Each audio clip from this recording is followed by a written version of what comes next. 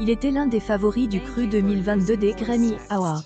Le jazzman Jon Batiste, héritier d'une dynastie musicale, a remporté 5 récompenses, de quoi faire monter cette jeune étoile pour qui la musique est une pratique spirituelle.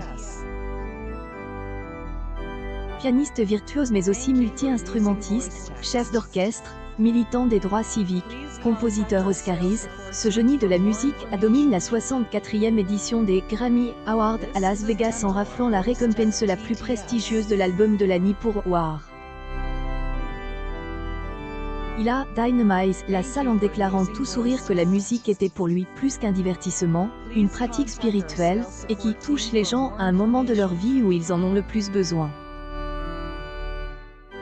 Jon Batiste, descendant d'une famille de musiciens de la Nouvelle-Orléans, n'a que 35 ans mais a déjà enregistré avec les plus grandes stars de la chanson américaine, de Stevie Wonder à Prince en passant par la légende country Willie Nelson.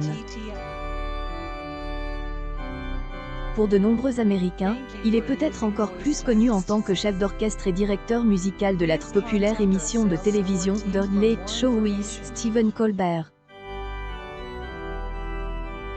Il est aussi le directeur de la création du Musée national du jazz de Harlem et a reçu l'an dernier un Oscar, un Golden Globe et un BAFTA pour la bande originale de Soul, film d'animation Pixar, coécrite avec Trent Reznor et Atticus Ross.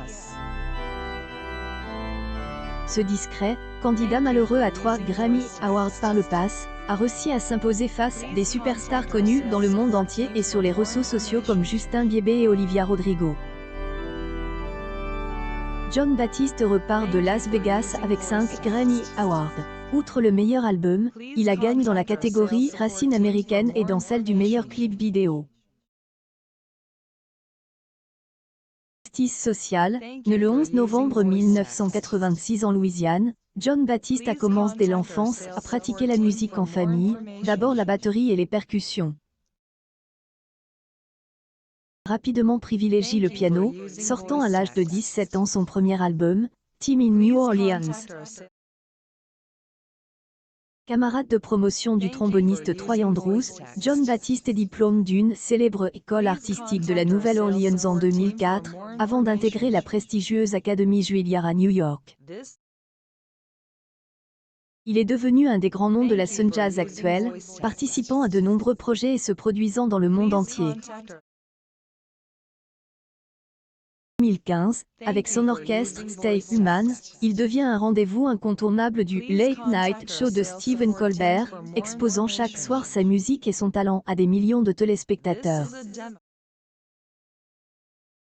Plus récemment, Jon Batiste s'est aussi illustre comme un ardent militant pour la justice sociale et contre les discriminations raciales, notamment lors des manifestations provoquées par le meurtre de George Floyd, homme noir étouffé par un policier blanc au printemps 2020.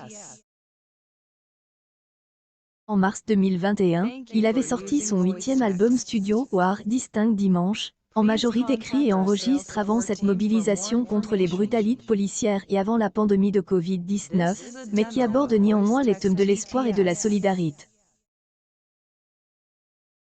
Vous savez, la musique est quelque chose qui s'adresse à l'émotion au niveau du subconscient. C'est quelque chose que nous avons tous ressenti en 2020, et la musique fait remonter K à la surface d'une manière unique, disait-il l'an dernier au magazine Atwood. C'est un langage universel, estimait Jon Batiste.